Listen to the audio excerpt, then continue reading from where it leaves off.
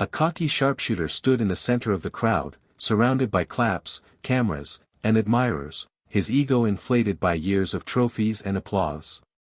He wore medals like ornaments, like proof that no one in that arena could ever match him. Then he saw her. A black woman. Dirty clothes. Worn boots. Her hair tangled, her face tired. She walked slowly toward the registration table, holding an old duffel bag. The man's eyes scanned her like she was trash out of place. The silence was thick until he scoffed, loud enough for everyone to hear. Is this some kinda joke? What's next, a janitor in the sniper finals? The people around him laughed, cameras turned away from her, and the officials hesitated. She didn't flinch. She didn't argue. She simply unzipped her bag and placed her weapon on the table, nothing flashy, nothing modern, just something that looked like it belonged to another time. Another war. One of the staff leaned in, trying to whisper, but it was loud enough for the others to catch. We don't really have to let her shoot, right? She's not on the invite list. The man responded with a sneer, his voice full of disgust. Let her. It'll be good for laughs. I need a warm-up round anyway. She stood there in silence, her gaze fixed on the range, not saying a word as her presence was mocked, her identity reduced to a stereotype. A black woman in a space built for white dominance. A homeless face in a world that only respects power when it wears a uniform, shines a badge, or speaks with pedigree. The moment wasn't just humiliating. It was surgical. Cold. Public. As if the entire stadium agreed she didn't belong. Cameras didn't follow her. No one cheered. No one offered her a hand. She walked toward her lane alone. And still, she moved with purpose. Measured steps. Like someone who'd done this walk 1,000 times before. As she prepped her weapon, the crowd returned their attention to the so-called real competitors. But one camera stayed. One lens caught the steady hands of a woman who'd been stripped of pride, of a home, of visibility, but not of skill. When the timer started, there was no hesitation. No shake. One shot. The air cracked. Silence fell across the stadium like a wave. The bullet had struck dead center. Not just center, the exact core of the target. Techs rushed over, mumbling, double-checking data. Rewinding footage. The screens flashed in red. She'd not only outshot everyone present, she'd shattered the national record.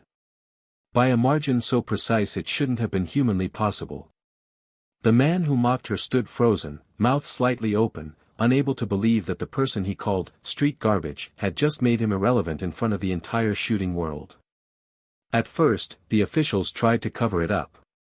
Whispers began to spread that maybe her weapon wasn't up to standard. That perhaps it was modified. That she had to be investigated. But she didn't flinch. She didn't raise her voice. Instead, she reached calmly into her bag and pulled out a small folder. Documents. Stamped. Signed. Military-grade clearance. Declassified records. Operation names. Coordinates. Photos. And then a final page that carried more weight than all their medals combined: Chief Petty Officer, United States Navy SEAL. Honorably discharged. Classified missions completed. No one moved. No one blinked. The same woman they laughed at, the same one they denied, had credentials not just to be there, but to teach every man in that room how to shoot. The crowd's cheers began to turn. A quiet ripple of awe grew into a roar. Reporters swarmed. The man who had insulted her, who joked about mops and gas stations, now stood completely forgotten. His glory erased. The camera turned to her, but she wasn't smiling. Her eyes weren't filled with pride or revenge, only history. Pain. And something darker. Because this wasn't about a championship. This was about something deeper.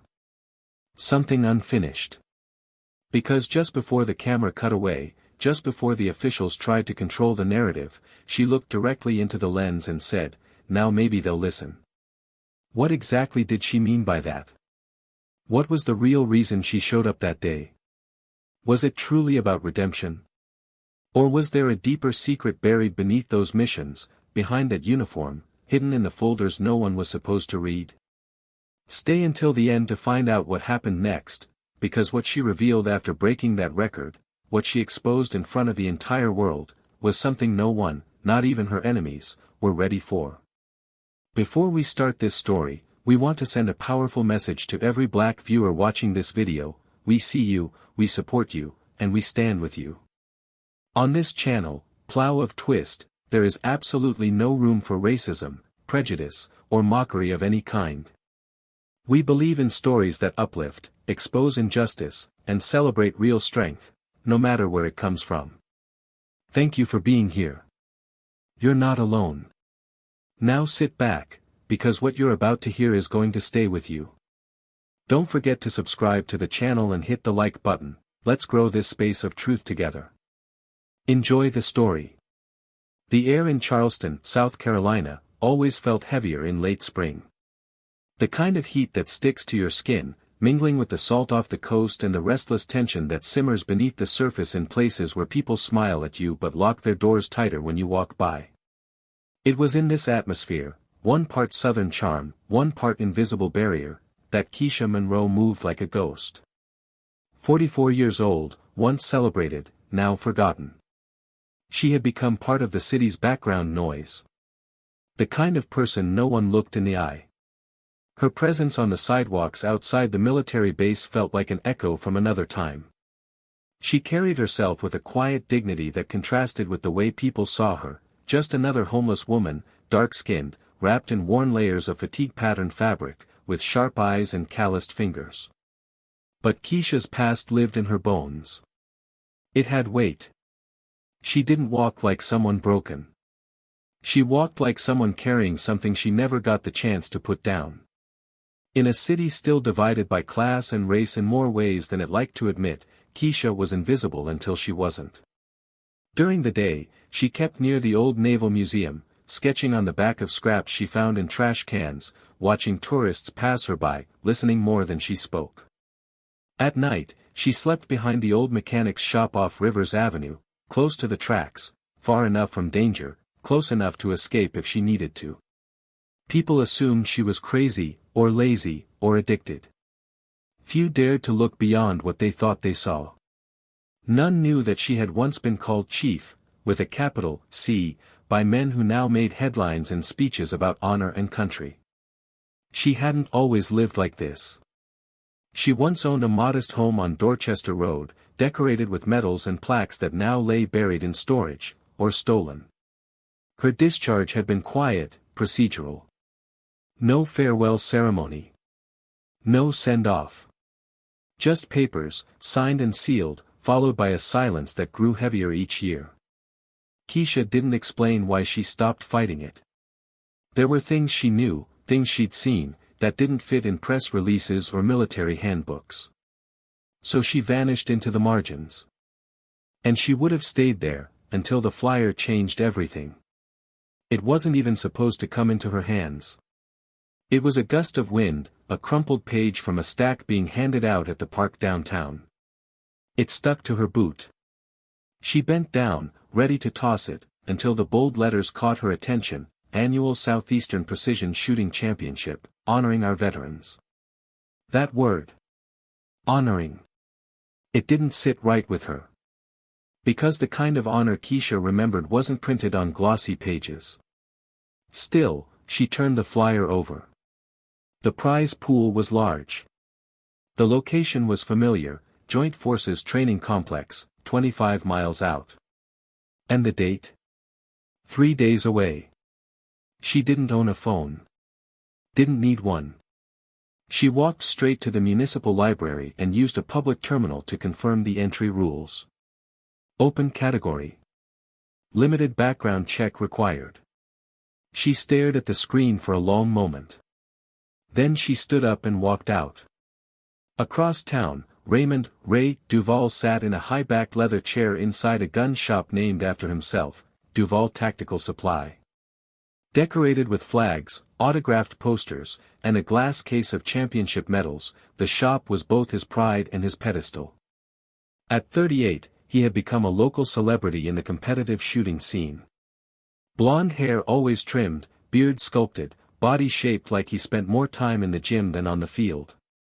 He didn't like being questioned. He liked being watched, admired. His reputation wasn't just built on skill, it was built on image. On control. The community saw him as a patriot, a businessman, a self-made alpha. He liked to say he came from nothing, but what he meant was, he came from a family that wasn't rich, only comfortable. Ray knew the kind of people who would show up to the championship. The same rotation of overconfident newcomers and washed-up vets trying to relive their prime. He welcomed both, because they always lost. He'd already arranged press coverage. Local news. Maybe even a podcast appearance after the win. His equipment was state-of-the-art, custom-built with AI-assisted rangefinders and carbon frames. He trained every morning with a private coach, followed a diet calculated by a nutritionist. He was ready. The day of the event came fast. The field was set behind the main barracks of the Joint Forces complex, surrounded by makeshift bleachers and vendor tents. It was more of a spectacle than a tribute. The announcers wore headsets and sunglasses. Veterans shook hands while donors took selfies. A brass band played familiar notes of service. Cameras rolled. Drones hovered. Ray arrived like a celebrity. Kesha arrived like a shadow. She walked past the entry gate quietly, credentials in hand. A temporary ID badge from the VA, her name faded. The security guard hesitated, but let her through. She found her way to the competitor staging area without speaking. Other shooters prepped their gear, adjusted scopes, tested breathing rhythms. Kesha sat on a folding chair in the corner, resting her hand on an old duffel bag. Some of the others gave her glances. One of them, a young guy with a new tattoo of a sniper crosshair, chuckled and whispered to the guy beside him, "Guess they're letting fans compete now too." No one corrected him. Ray spotted her from across the staging area. He nudged one of the organizers. "Hey, who's that?" The man shrugged. "Some late add-on. Said she qualified through a VA open entry clause." Ray rolled his eyes. "You kidding me? They're letting that in." He laughed, loud enough for several people to hear. "What's next? Wheelchair duels?"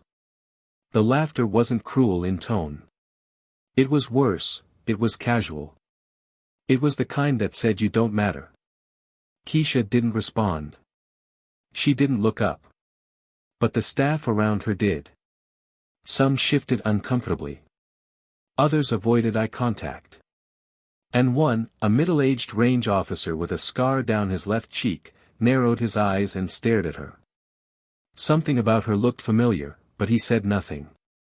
Competitors were called to the lanes. Each shooter had 3 rounds. Ray was in the final heat. Kesha was in the second. As she approached her station, murmurs rippled through the crowd. A man from the audience pointed, Is she allowed up there?" The announcer, unsure, stalled the broadcast momentarily. There was hesitation. Disbelief. But the range master cleared her lane. The timer clicked. And she lifted her weapon. It wasn't modern. No sleek chassis. No scope with digital zoom. It was a modified bolt-action rifle, older than most of the people watching. She held it like someone who had nothing left to lose, and nothing left to prove. The crowd didn't cheer. The cameras didn't focus. All eyes waited for her to fail. And yet, she didn't. What followed was something no one expected, not even her. But at that moment, standing beneath the Carolina sun, with sweat on her brow and silence in her ears, Kesha Monroe pulled the trigger on more than just a target. She set off a chain reaction that would unravel reputations, expose secrets, and remind an entire city that sometimes, the most dangerous person in the room isn't the loudest one, it's the one nobody bothered to see. And while the audience leaned forward, waiting for her results to pop on the screen, one of the officials turned pale. He recognized her name. He had seen it before, but not in a sports file. Not in any civilian registry. No, her name was on a list buried far deeper. But what had she come here to prove? And what truth would finally come to light when the dust settled on the championship field? The story had only just begun. The sun sat high above the training complex, pressing sweat into every pore of every spectator and competitor. The air wasn't just hot, it was tense, almost metallic with anticipation, charged with the sound of clinking metal and murmured judgments. After the first round of qualifiers, the competition had already begun to separate the real contenders from the hopefuls. But something had shifted when Kesha Monroe stepped off that platform after her round. Her shot was perfect. Too perfect. Not flashy. Not lucky. Just precise, frighteningly so. It wasn't only that she'd hit the center, it was the way she had done it, one fluid motion, no wasted movement, no nerves, no error. As if she'd done it every day of her life. As if her body didn't know how to miss. But instead of applause, there was silence. And then, suspicion. Ray Duvall sat on a folding chair near the staging tent, sipping cold water from a sponsor-branded thermos. He'd been half-watching when she fired. When the shot hit, his eyebrows twitched. He turned to one of the other competitors, a guy named Chase who had finished fifth the year prior, and muttered, "Did you see that? That ain't just skill, man. That's something else." Chase chuckled, thinking it was another one of Ray's superiority digs. But Ray wasn't joking. He leaned forward, eyes still tracking Kesha as she walked quietly back toward the shade, her weapon cradled in her arm like it was something sacred. "What's her story?" he asked, voice lower now. Chase shrugged. "No idea. Some say she's just a vet, you know, probably a sharpshooter or something back in the day." Ray narrowed his eyes. "Yeah. She doesn't shoot like a vet. She shoots like a ghost." Nearby, one of the coordinators, a tall man named Harold with a clipboard and a permanent sunburn, was already on his earpiece, whispering hurried updates. The judges were reviewing the footage from her round again, analyzing frame by frame. They claimed it was protocol. But everyone could feel it. She wasn't being double-checked because of excellence. She was being audited because she didn't fit the image of who was supposed to win. She didn't look like the man on the posters. She didn't smile for the cameras. She didn't laugh at their jokes or bask in their traditions. She simply came, shot, and threatened to dismantle every comfortable assumption they held. Kesha leaned against the back wall of the tent, half in shade, half in light, eyes closed for a moment, fingers still wrapped gently around the worn stock of her rifle. A voice interrupted her stillness. "Ma'am. Kesha, right?" She opened her eyes slowly. It was a young volunteer, barely 20, nervous, holding a clipboard like a shield. The judges, they want to ask a few questions. About your equipment. Just standard stuff. You know, procedure." She looked at him, not with anger, but with that deep, unreadable gaze that made people uneasy.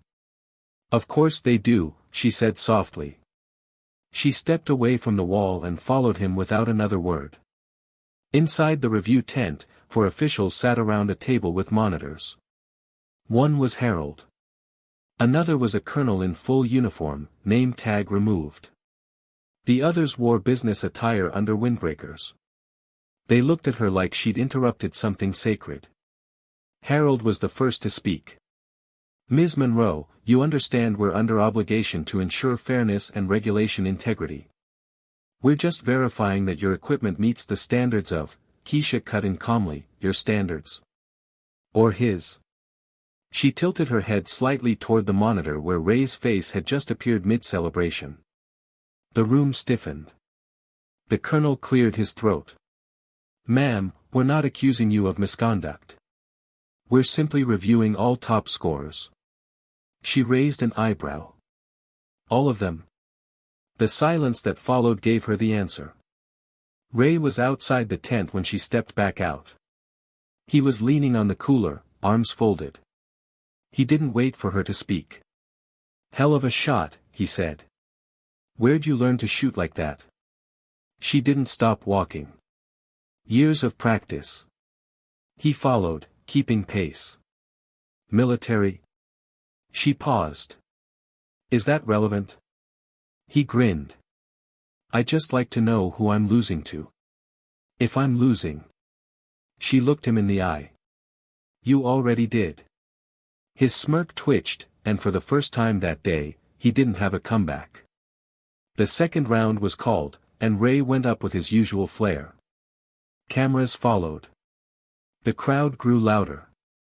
When he fired, his shot was almost as good as Kesha's. Almost. He pumped a fist. The crowd roared. But in his eyes, you could see the discomfort. The doubt. Because he had seen perfection before, and he knew what his wasn't. That night, as the campfires outside the complex flickered and the organizers retreated to air-conditioned trailers, rumors began to spread. Whispers of who Kesha Monroe really was. That maybe she wasn't just a veteran. Maybe she had done things. Seen things. Survived things that no one talked about. Ray sat at his private table with Chase and a few others, nursing a drink and feeding the flames. "You know what I heard," he said, voice just loud enough. "That she was locked up.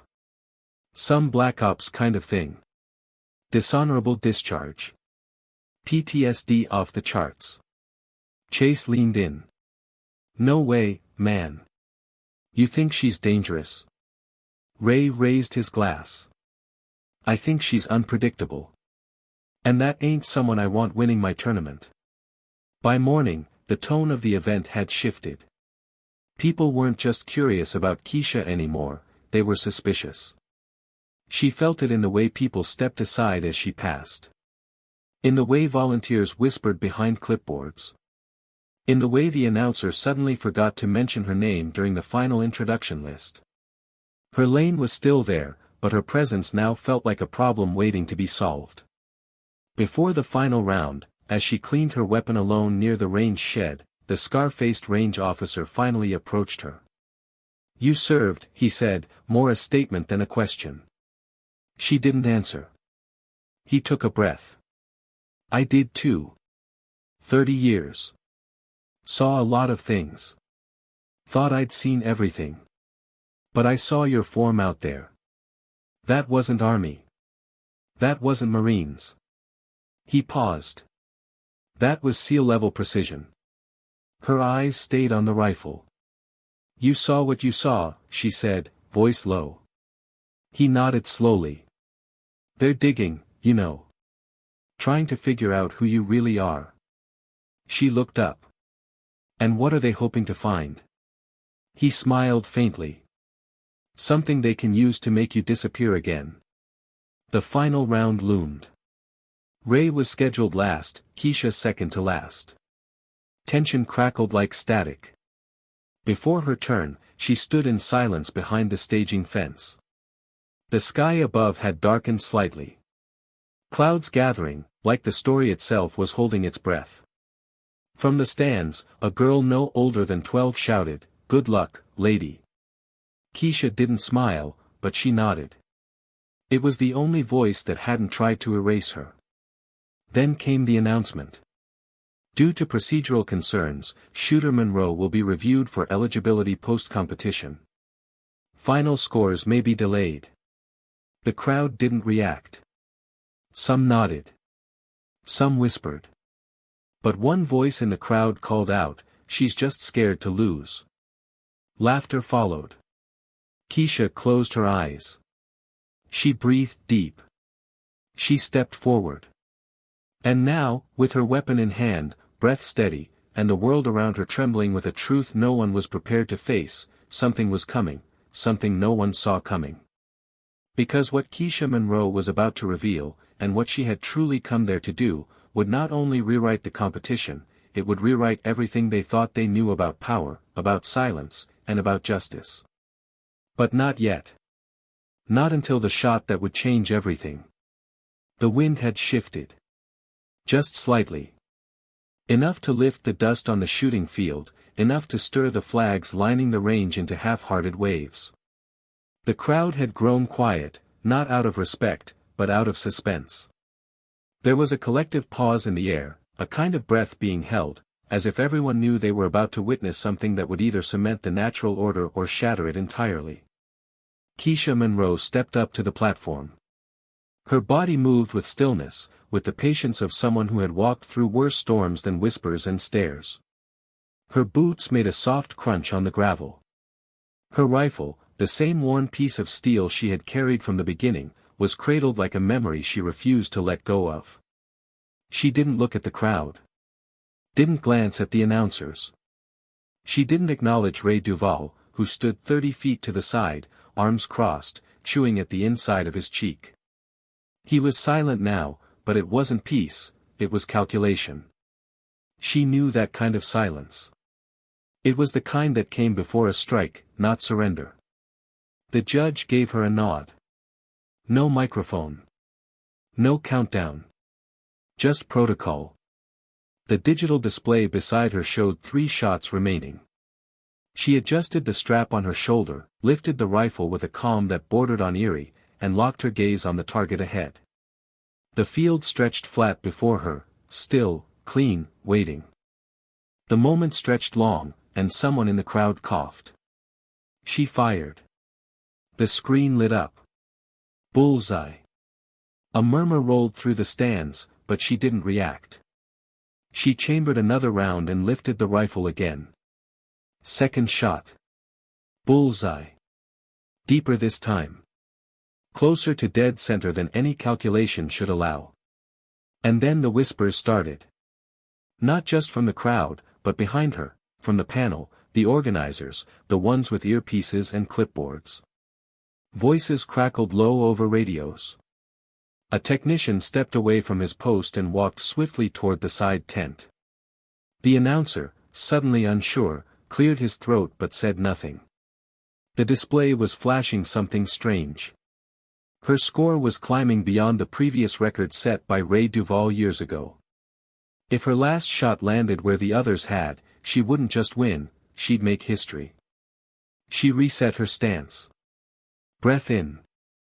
Stillness. No drama. No flair. Just the calm of someone who had done this before, in places without cameras or applause. When the third shot cracked the air, there was no delay. The target lit up, direct center. The monitors went white for a second, then updated the score. Silence. Then gasps. Then something shifted. Not in the crowd, but in the reaction.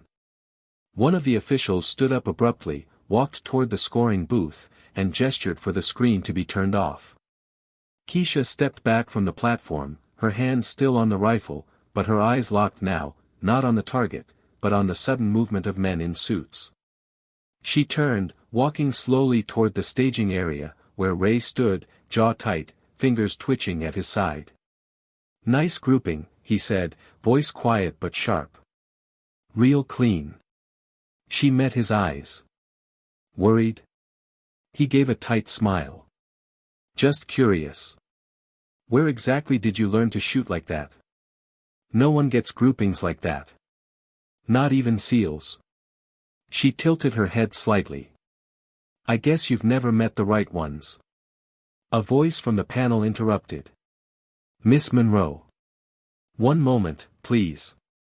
It was Harold. Clipboard gone, face tight. "We're going to need to hold your results temporarily. There's been a technical error, scoring system glitch. Nothing to worry about, but we need to verify before confirming your placement." Her eyes didn't leave his face. "And how long will that take?" He hesitated. "A few hours, maybe a day." The lie hung thick between them. She turned to walk away, but another voice joined, one that hadn't spoken until now. It was the scar-faced range officer. He stepped forward, holding something in his hand. A file. Slim. Sealed. "I don't think we need to wait that long," he said calmly. "Not when we have this." All heads turned. The file was handed off. Harold's eyes widened when he saw the markings. "Where did you get this?" he asked. The officer didn't blink. "It was already in your system. You just didn't look deep enough." Ray stepped forward now, tension creeping into his voice. "What is this?" Kesha turned, and for the first time, her voice rose, not loud, but clear. "What you didn't want to find. But you knew it was there." The folder was opened. And then, the silence broke. Because inside that file was a full profile. Top-level clearance. Missions classified above Joint Command. Confirmed operations in territories the media never got near. Photos of targets neutralized with pinpoint accuracy, coordinates blacked out, timestamps redacted. A summary that ended with one line: Chief Petty Officer Kesha Monroe, U.S. Navy SEAL, honorably discharged after 19 years of covert active duty, awarded for operations that prevented 2 international conflicts. The crowd didn't cheer. It froze. Ray stared at the folder, then at her, then back again. "You're lying," he said, but the words came out thin. Weak. "This is fake. Nobody like you," he caught himself. The weight of his words landed before he could pull them back. She raised her chin just slightly. "Nobody like me what?" He didn't answer. The announcers had no idea what to say. A camera drone zoomed in. The feed was still live. Social media had already caught the shift. Comments were pouring in. Screenshots. Names. Hashtags. Then the story spilled: the homeless woman who broke every record, and the system that tried to erase her. Someone in the audience yelled, "Let her speak." Another voice shouted, "That man tried to stop her." Ray stepped back.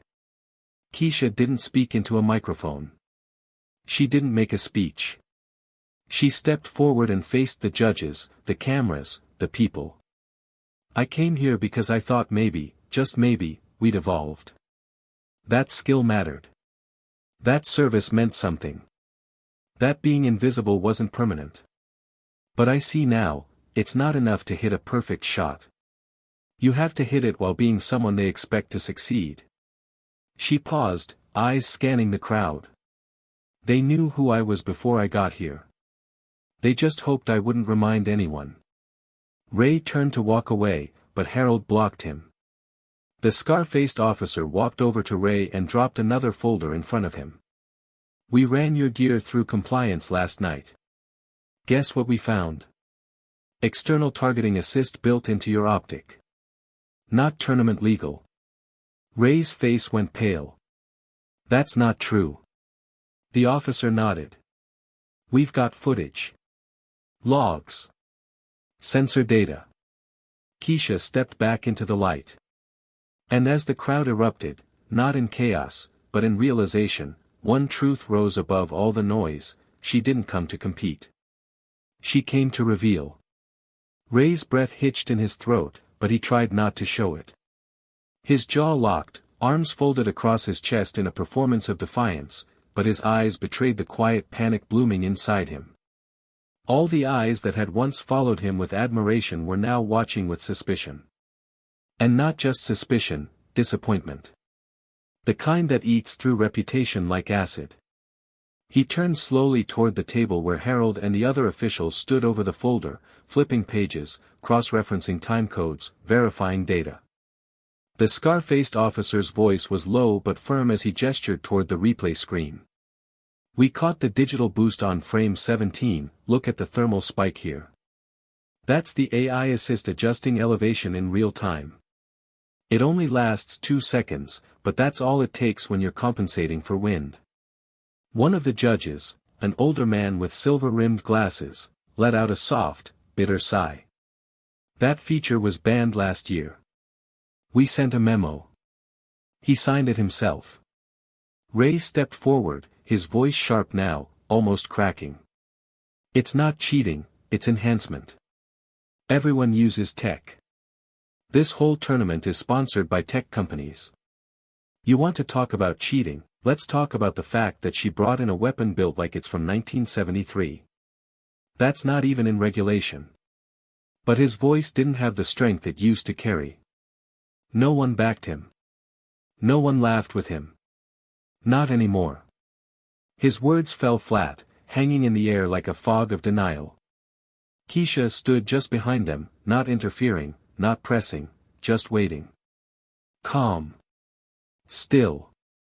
Her face unreadable, yet somehow more expressive than a scream. When Harold turned toward her, his mouth opened slowly, as if forming the shape of an apology but stopping just before saying it. Instead, he addressed the team, his voice firming. Until further review, Mr. Duvall is suspended from final ranking consideration. And regarding Ms. Monroe, her scores stand. Effective immediately. There was no fanfare in the decision. No applause.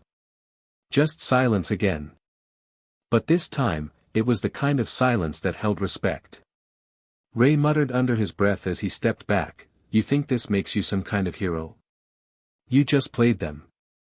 You walked in here with a plan, and now everyone's eating out of your hand like you earned this." Kesha turned toward him, her eyes burning not with anger, but with something older. A kind of wounded pride.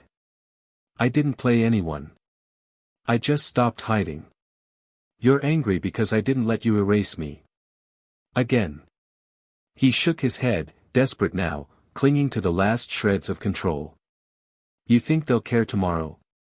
You think this changes anything? You'll be forgotten." A viral moment. A headline. She stepped closer, lowering her voice until only he could hear her. "That's the difference between us, Ray. I never needed the cameras. I don't need to be remembered to have mattered. But you? You'll never live this down. Because for the first time in your life, the truth is louder than your image." A few feet away, a reporter approached Harold and the judges. "Can she speak on record? Can we talk to her? The people are asking questions. They want to know who she really is. Why she disappeared. Why she's been out of the system for so long." The question hovered. Kesha didn't move. But the scar-faced officer turned and nodded toward her. "You want to know why she disappeared? Maybe ask why no one went looking for her." The word struck something in the air, something heavy and undeniable. The truth wasn't just that she had served. It wasn't just that she had earned her place. The real truth, the thing no one wanted to admit, was that she had been pushed out, buried, and forgotten on purpose. Her silence hadn't been her choice. It had been a sentence. A consequence of knowing too much, of refusing to play along with orders that crossed lines no one should be asked to cross. Another judge, visibly shaken now, asked quietly, "Why didn't we know? How did this not come up in clearance checks?" Harold didn't respond. He didn't need to. Everyone knew the answer. Because they hadn't looked. They didn't want to. She wasn't what they pictured when they thought of excellence. She wasn't branded. She wasn't white. She wasn't young. She didn't wear her service like armor or sell it for sponsorships. And that made her invisible to them. Kesha stepped forward, her voice now steady and firm. "They didn't forget me by accident. I questioned the wrong mission. Saved the wrong lives. Wrote the wrong report. And when I came back home, I didn't fit their narrative anymore. So they erased me." She let the weight of that truth settle, let it hang where the crowd could feel every syllable. But that's the thing about ghosts. We don't stay gone forever. From the edge of the tent, the young volunteer who had guided her earlier now stood with wide eyes, notebook forgotten in his hands.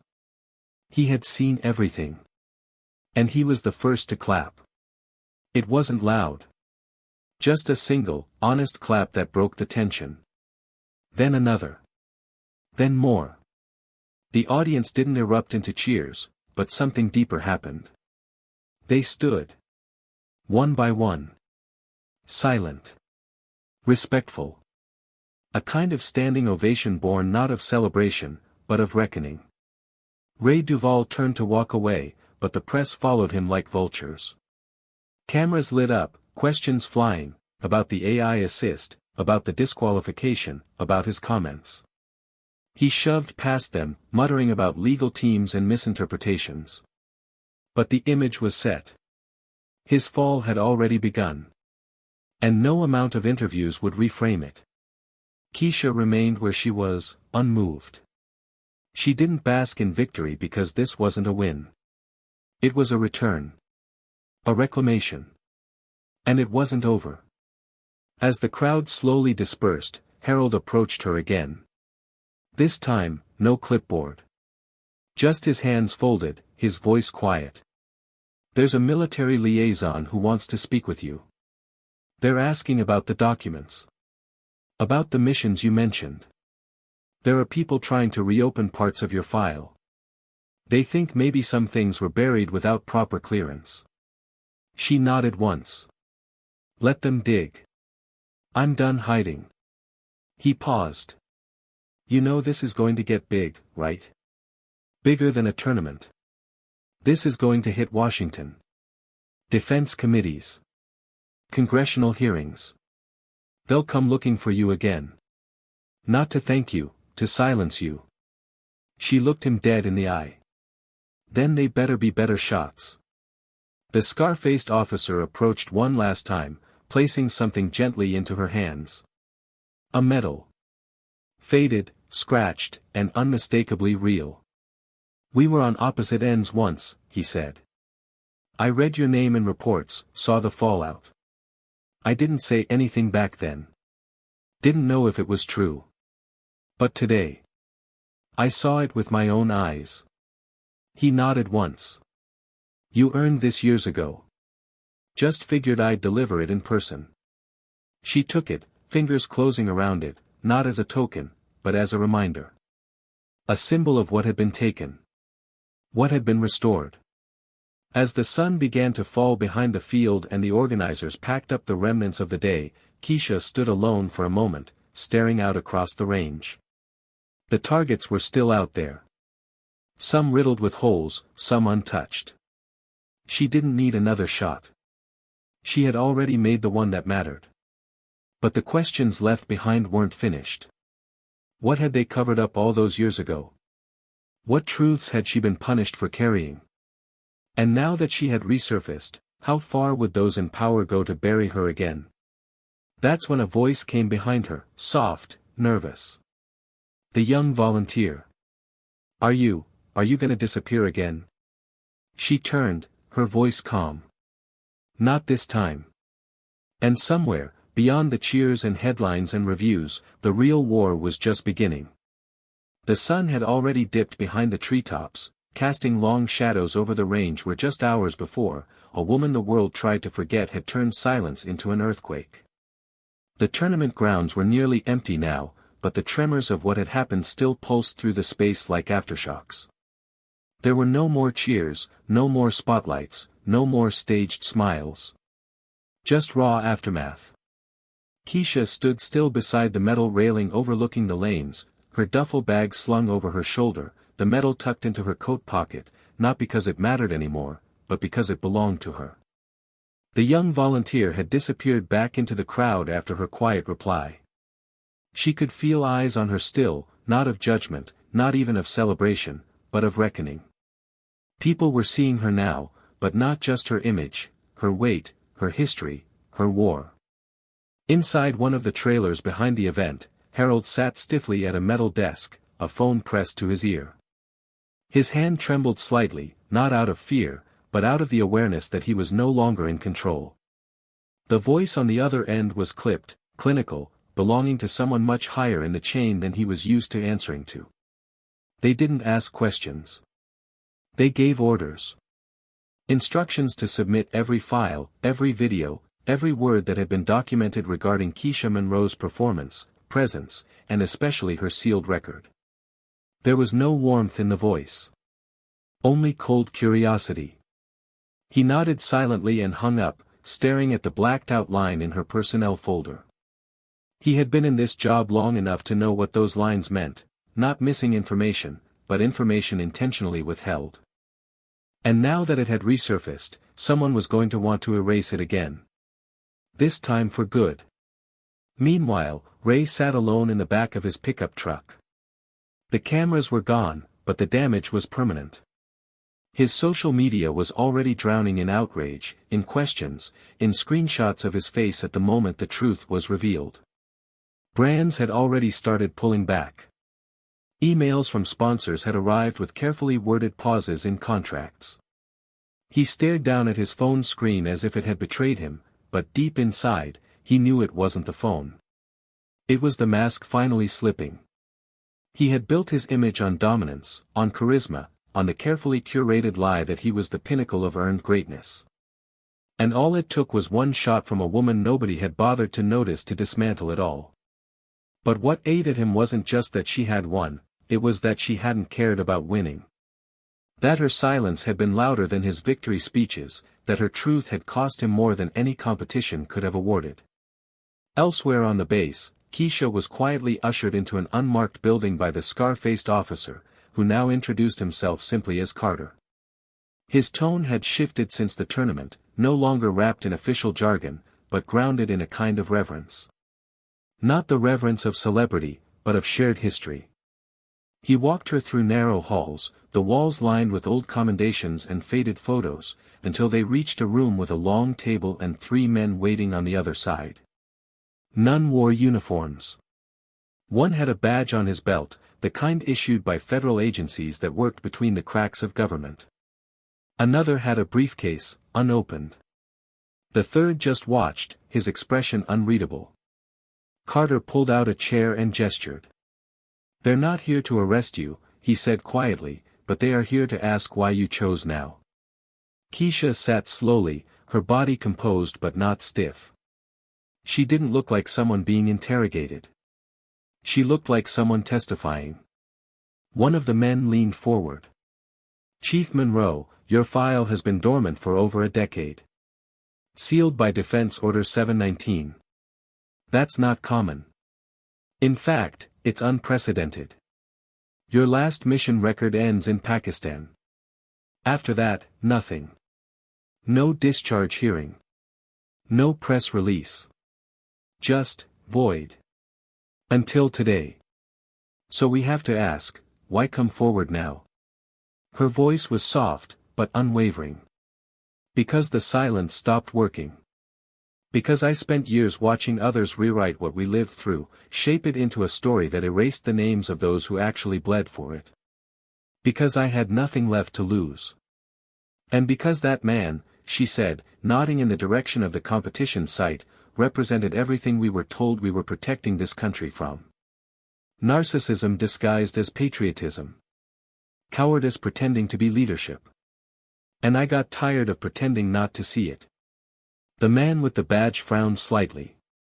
"You realize the documents you submitted were not cleared for public release. You exposed operations that were meant to stay dark." She met his eyes. "And why do you think that is? Because they were clean. Because they were legal." The room fell still.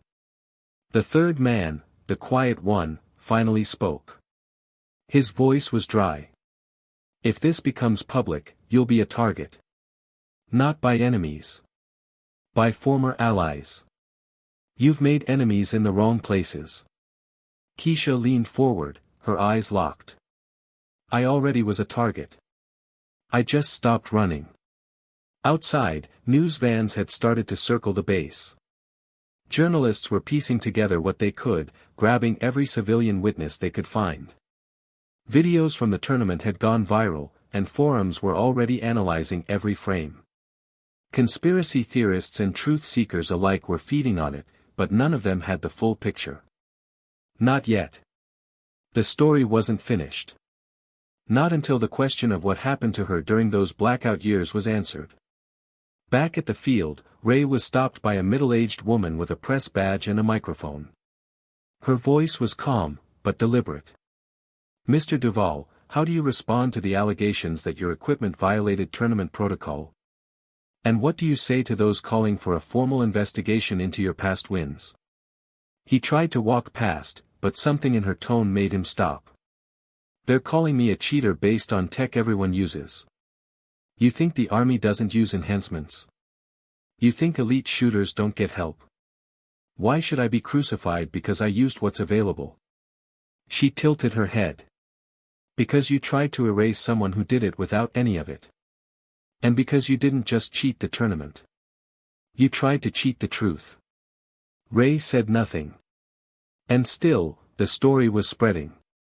Emails started arriving in Carter's inbox from former servicemen who remembered Monroe. Some good memories. Some, unsettling. One name kept resurfacing. Lieutenant Harris.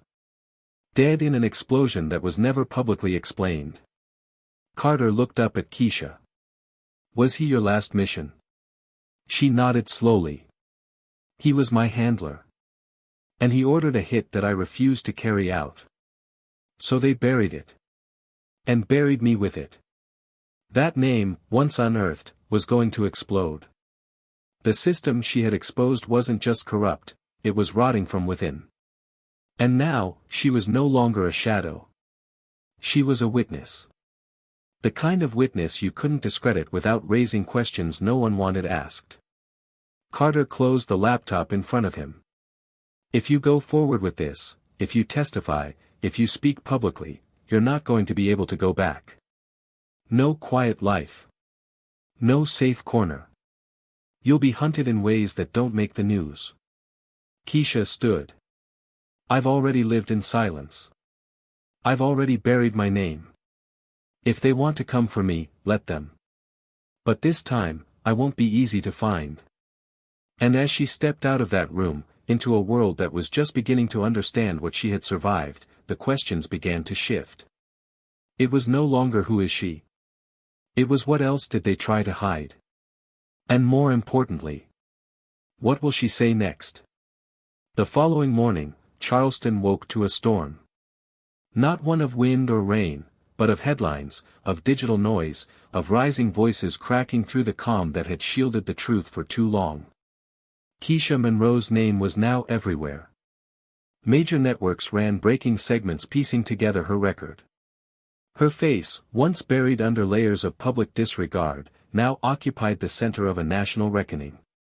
The footage of her final shot had been clipped, replayed, slowed down, dissected, and praised across social media. But with the sudden visibility came questions. Questions that went far beyond her performance at the shooting range. What happened to her after her final mission? Why had her file been sealed? And what did her silence reveal about the system that discarded her? Inside a small office at a local news station, a producer named Daniel sat hunched over his desk, eyes glued to the blinking cursor at the end of the headline he'd typed. The Forgotten Warrior, who tried to bury Kesha Monroe. But he couldn't hit publish yet. Not because he lacked evidence, but because the deeper he dug, the more frightened he became. Kesha's final deployment logs led to missions no one in the public had heard of. Places that didn't officially exist. Names that had been redacted even from internal reports. And then there was the death of Lieutenant Harris, a man with medals, connections, and a trail of dark operations in his wake. The Department of Defense had called Daniel's station twice already that morning. Not to issue threats, yet, but to express concern over the direction of their reporting. Which only confirmed one thing: they were getting close to something they didn't want aired.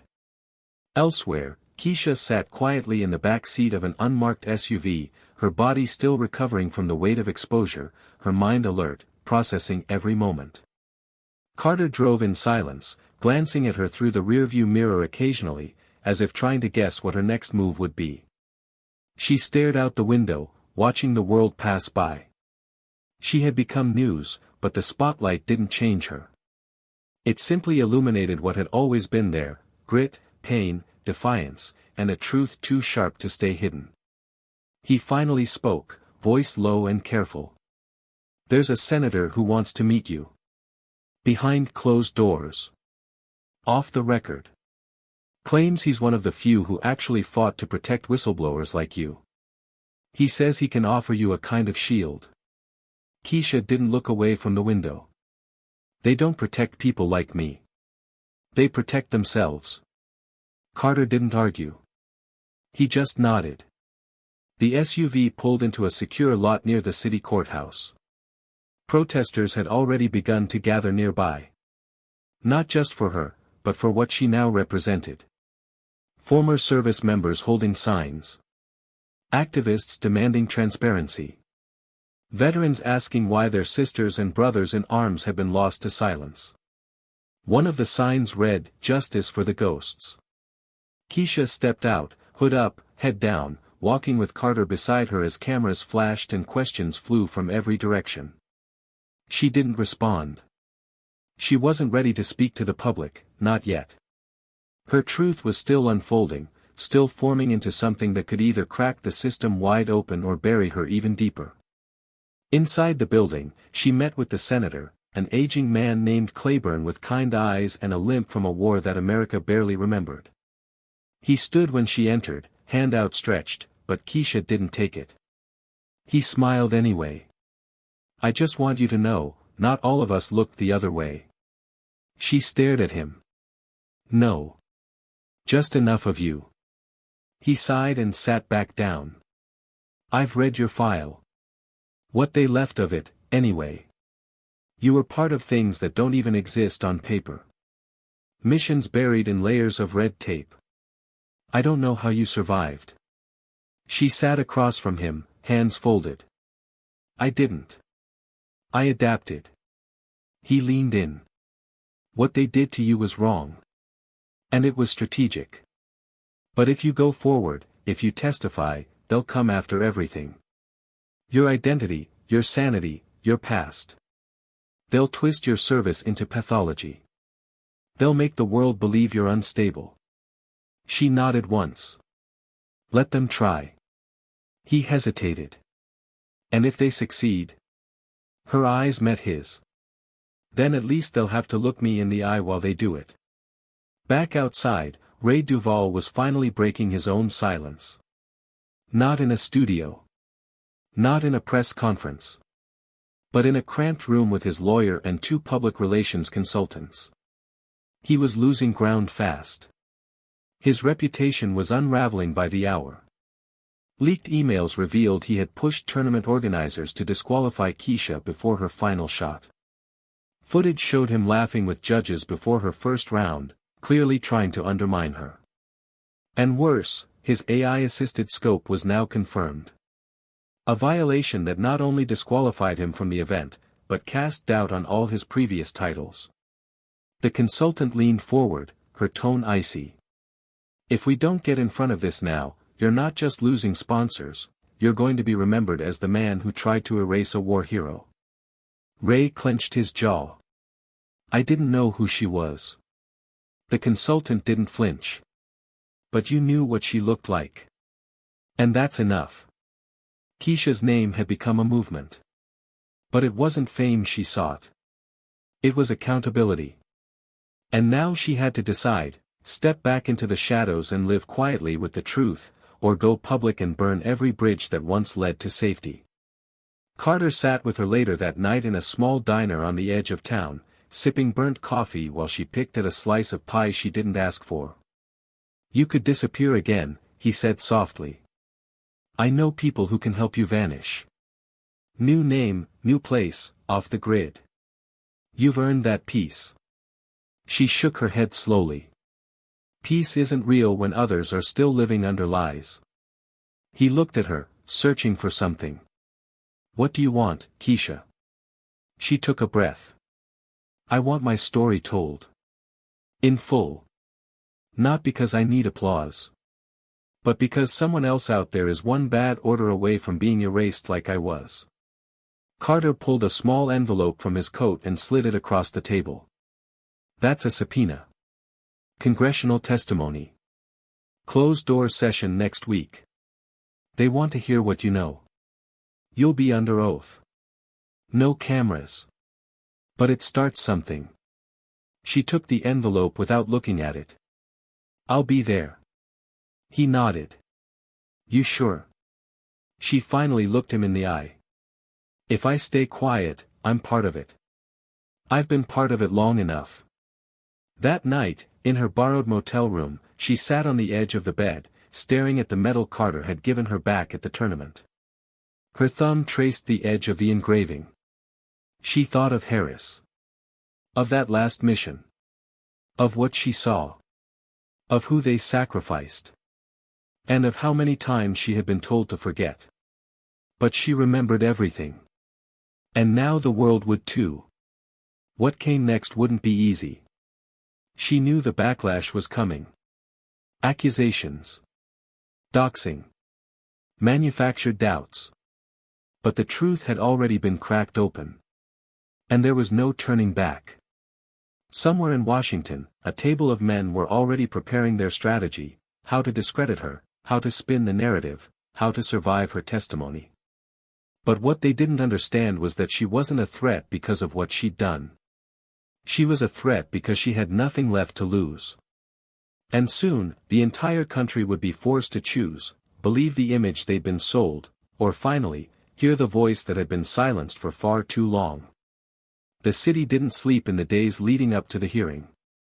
Kesha Monroe's name was no longer a whisper in military corners or a footnote in forgotten dossiers, it was now carved into the center of a national conversation. People didn't just want to know what happened at the tournament anymore. They wanted to know everything. Why she had been erased. What she had seen. What kind of truth was so dangerous that it had to be buried beneath layers of classified ink and systemic neglect. And yet, with all that pressure building around her, Kesha moved through those days with the same deliberate stillness that had defined her shot on the range. She didn't give interviews. She didn't appear on television.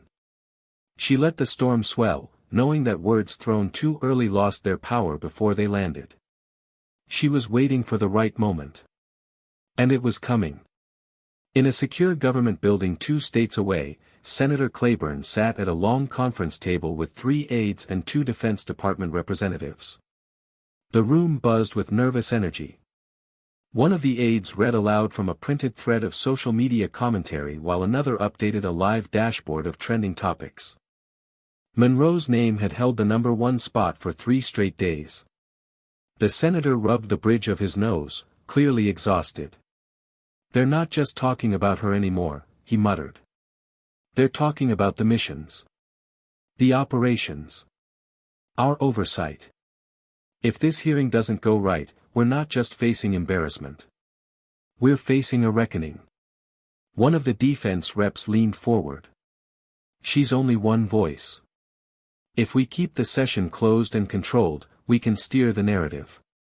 She's emotional. Unstable. If she slips, we'll use it. The senator looked at him, eyes sharp. Careful. That woman survived more than any of us have ever faced. The last thing you want to do is underestimate her again. Meanwhile, Ray Duvall paced inside the confines of a rented apartment in Atlanta, where he had fled to avoid the reporters camped outside his home. His phone lit up every hour with new requests, new headlines, new fallout. His brand was shattered. His podcast sponsors had vanished. Gun magazines that once featured him now ran editorials questioning the validity of his entire career. And in every clip that replayed his downfall, it wasn't just his dishonesty that stood out, it was the look in his eyes when Kesha took her final shot. A look that exposed not just fear, but shame. For the first time in his life, Ray had no story to hide behind. No charm to weaponize. And for once, the silence wasn't Kesha's. It was his. His lawyer urged him to release a statement. His PR rep wanted a rebranding strategy. But Ray didn't want to speak. Not yet. Because deep inside, he knew that whatever he said would be too little, too late. On the eve of the hearing, Kesha sat alone in the visitors' lounge of a small community center on the outskirts of D.C., wearing the same worn boots she had competed in, her jacket draped over the back of the chair beside her. Carter stood by the vending machine nearby, watching her carefully, trying to gauge her mental state without pushing too hard. She hadn't spoken much during the trip. Just listened. Watched. Calculated. He finally broke the silence. You don't have to do this alone, you know. There are people who believe you. Who want to help. She looked up at him, eyes tired but focused. Then let them speak when I'm done. He nodded slowly. They'll try to twist your words. Trap you. Make you seem like you're paranoid or vengeful. Her mouth curved into the faintest hint of a smile.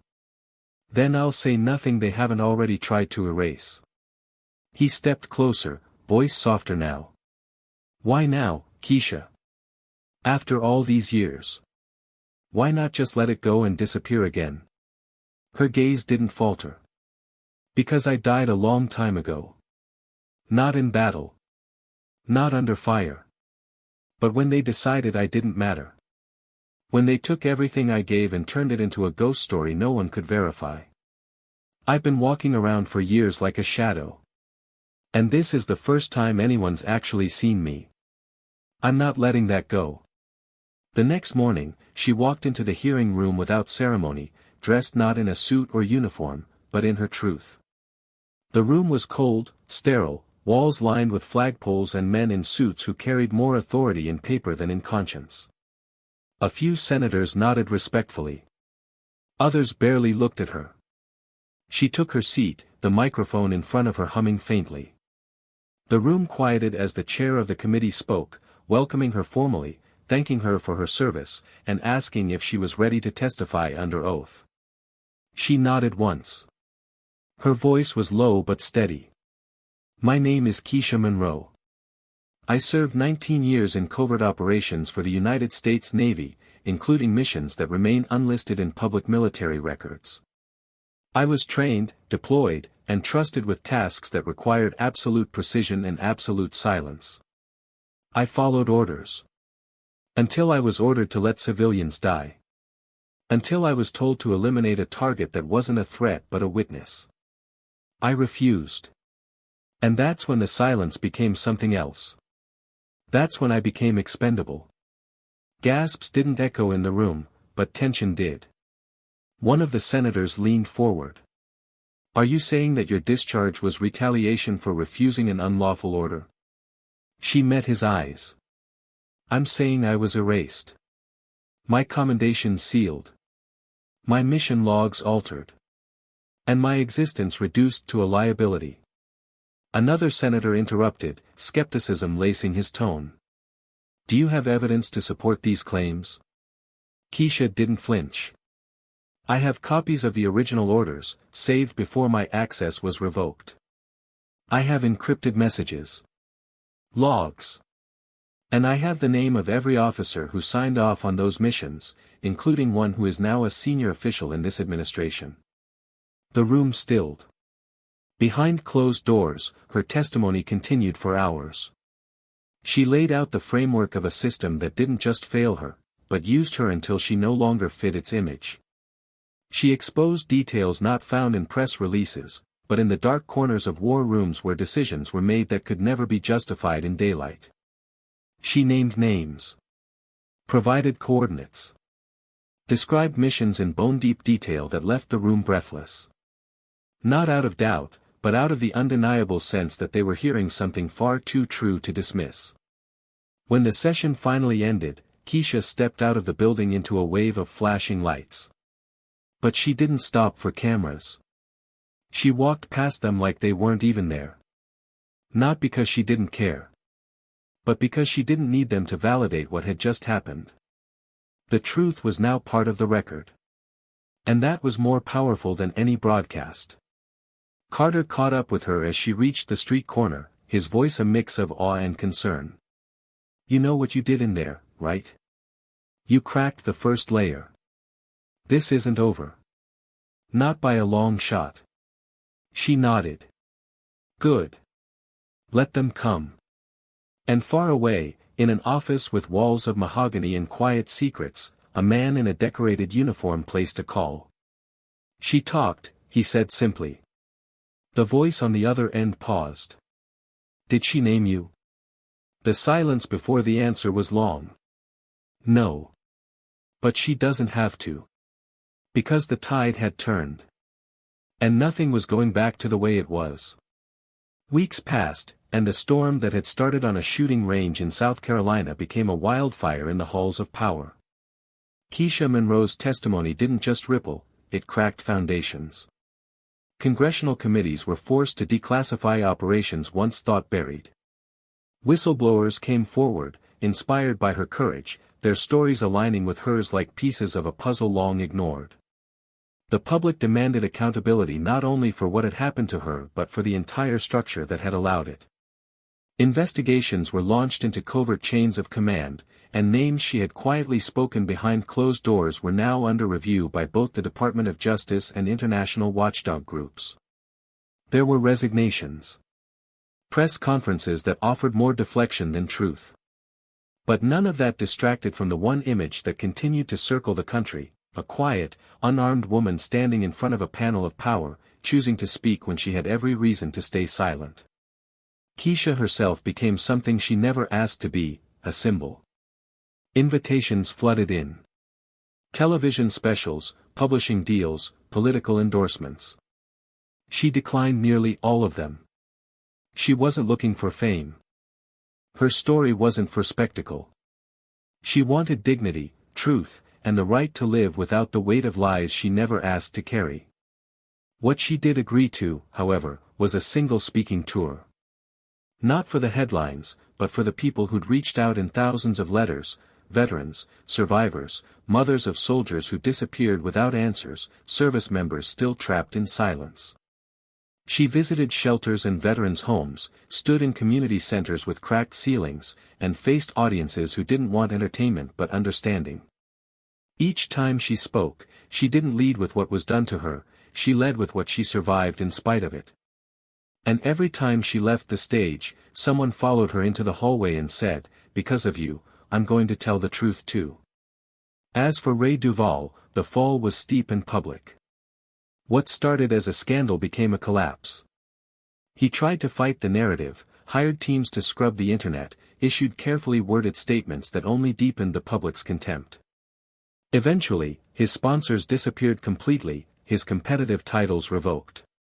A formal investigation found irregularities in multiple tournaments, and though no charges were filed, his career was effectively over. The final blow came when a group of veterans, many of them former fans, sued his company for misrepresenting military affiliation in advertising materials. With nowhere left to turn, Ray quietly sold his shop, shut down his brand, and vanished from the public eye. Rumors say he moved to a small town in the Midwest, working under a different name, finally facing the thing he had run from his entire life, being ordinary, without a stage to control or a lie to protect him. Carter remained in her orbit, not as a handler or protector, but as a man who had once stood on the other side and chose to cross the line when it mattered. He retired quietly a few months later, citing medical reasons, though everyone knew the real reason: he had finally seen too much, and pretending not to care wasn't something he could do anymore. He kept in touch with Kesha from time to time, sending her updates on the changing policies, the new safeguards being put in place for whistleblowers, the internal reforms still crawling through bureaucracy. She always answered. Always brief, always thankful. But never emotional. That part of her, she kept for herself. And then, almost a year later, Kesha did something no one expected. She accepted a quiet position as an advisor to a new military oversight committee focused on ethical review and field accountability. No press release. No photo op. Just her name added to a document that signaled something real was shifting. She never sat in the spotlight. She never needed to. Her impact was already echoing through the system. Her presence at the table was a silent promise that someone was finally watching the watchers. She also moved into a modest home outside of Asheville, North Carolina. Nothing extravagant. Just a porch with a view of the trees and enough quiet to let her breathe. She kept her old rifle, the one she had used in the tournament, mounted above her fireplace, not as a trophy, but as a reminder of the moment everything changed. Sometimes she taught at local shooting ranges, where young women, especially young black girls, lined up to learn from her. She taught them more than aim. She taught them posture, presence, and how to hold space in a room that didn't expect you to speak. In one rare interview, when asked what justice felt like, she paused for a long time before answering. "It's not about revenge," she said. "Justice is knowing the truth walked through the fire and didn't burn. It's not a perfect ending. It's a beginning where no one owns your story but you." Now, to you, the one listening to this story, maybe with anger in your chest or tears you didn't expect, what does this story say to you? Is it about a woman and a rifle? About injustice wrapped in silence? Or is it about how easy it is to let someone disappear, just because they don't fit the mold, just because they carry truth we'd rather not hear? Kesha Monroe's story isn't just hers. It belongs to everyone who's been told to be quiet, to everyone whose brilliance was met with doubt, whose dignity was buried under bias, whose courage was measured not by medals, but by survival. So now the question is this: what story are you afraid to tell? And what will it take for you to finally speak? If this story moved you, if it made you feel something real, don't keep it to yourself. Share it. Start the conversation. And make sure to subscribe to Tales of Twist for more powerful, unforgettable stories just like this one. Because here, we don't just tell stories. We reveal the ones the world tried to forget.